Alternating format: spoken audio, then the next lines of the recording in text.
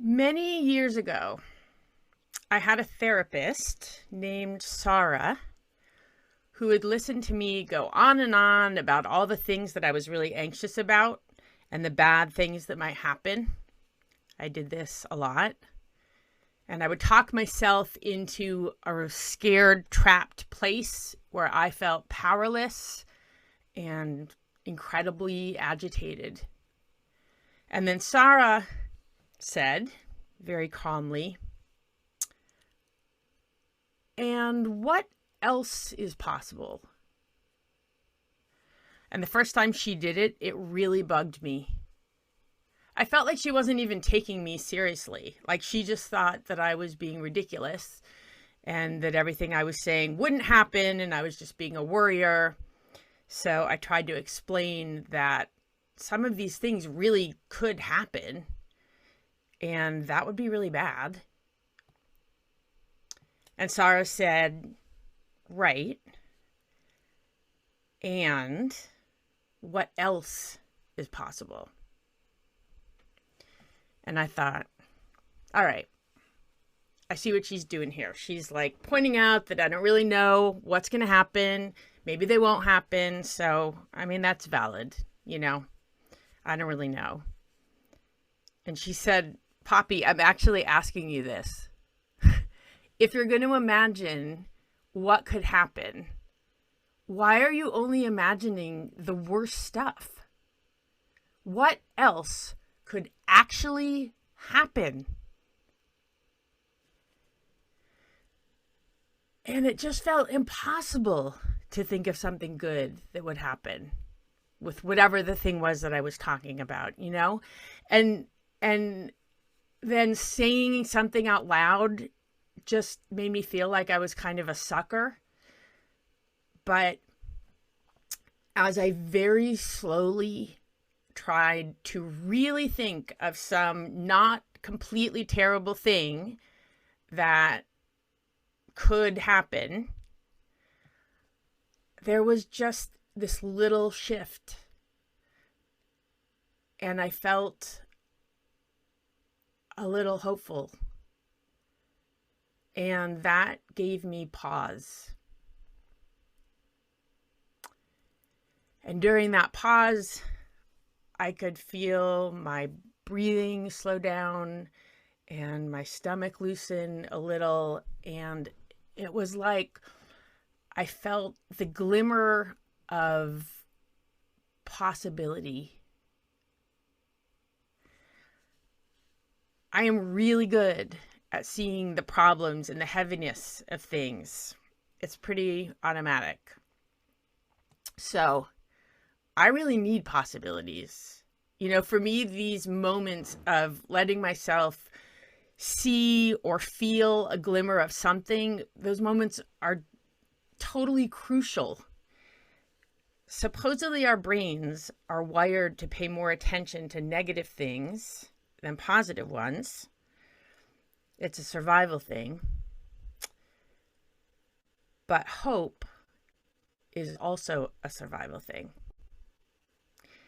When the pandemic started, and then it kept going on and on, I grew more and more depressed, like many of you maybe. And I started sending weekly emails to the parents of the kids that were in my religious exploration program at a UU church.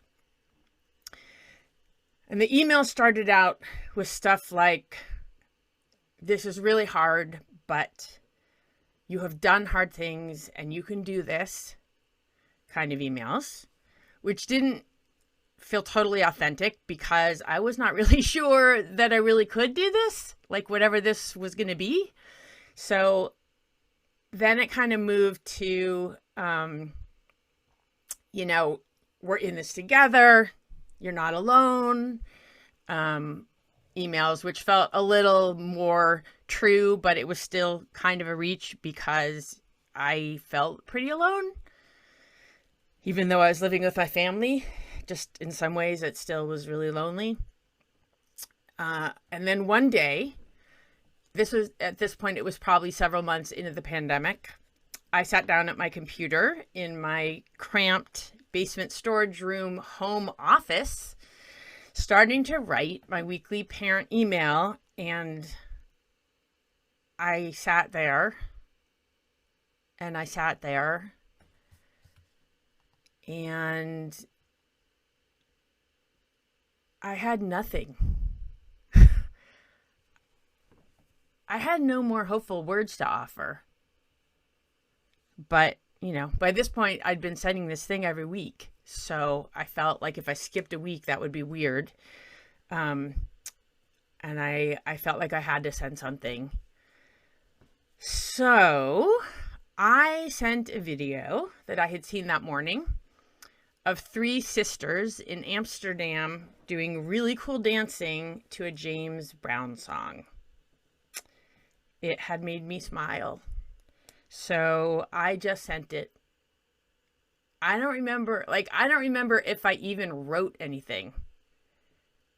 I had no idea what any of them would make of it.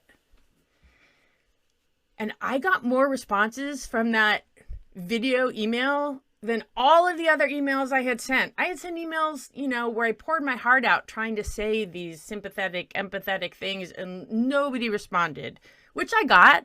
We're all a mess. I get that.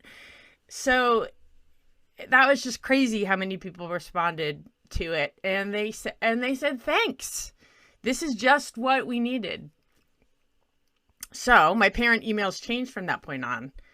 And they pretty much always contain some little something like a song or a little picture or, just some little thing that was giving me hope or cracking me up or whatever.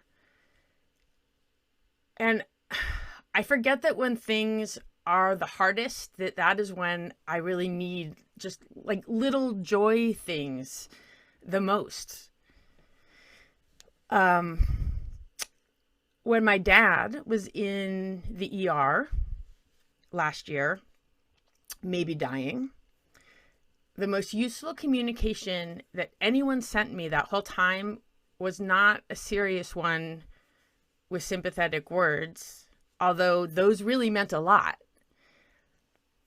But it was a short video of someone on a bicycle who stops on a country path, and they are surrounded by many baby skunks who are all just walking around and making these amazing little baby skunk noises that are kind of like this kind of sound. And it was just such a brightness in the midst of this terrible, terrible time. And it said, remember what else is true. There are still baby skunks. And that is why I got my mom a goose after my dad died, so she would not be so lonely. I don't mean a real goose. It's those plastic life-size ones that people put on their porch and they put in little outfits for different holidays.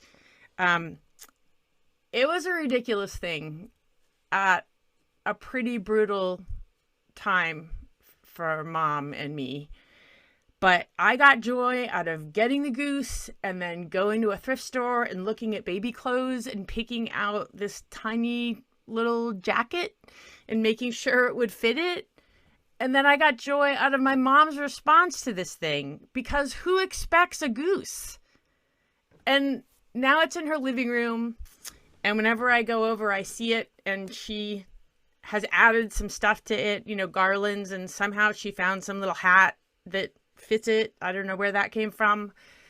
And it gives her joy, and then I get joy again. So I think everybody should have a goose. But then I leave the living room of her house and I go in the backyard and go out to the garage where my dad's shop is set up. And I just totally fall apart because it is so heartbreaking to see all of his tools laid out so carefully waiting for him to come use them. And that's how it is. Sadness will come no matter what. But joy often takes some intention. So, here we are now. These past 9 days have been heartbreaking, as we knew it would be. We were told what was coming, but the reality of it and the wording of it is just so much worse.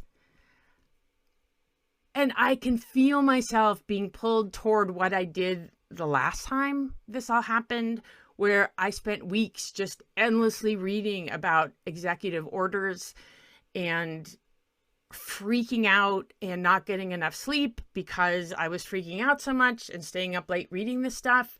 And it was so bad for me.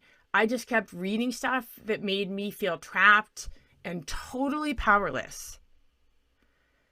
So this time, I am trying to be more careful about what I take in. I want to use my energy for keeping myself together and being able to get things done and being able to be of use in the fight. And being able to sit next to my daughter, Callie, while she talks to me late at night about all the stuff that's happened. And being able to feel like how much being with her like that in that moment, it's beyond like a glimmer of joy. It's a huge warm light that fills me up in that moment.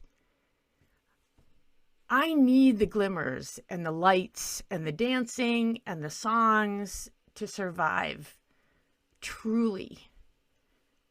And maybe you do too. I think you might. Remember what else is possible. There are still baby skunks. Stay open to the small and big joys in your world when the heartbreak is here and also when it's not. Keep an eye out for glimmers. Look for the skunks. Blessed be.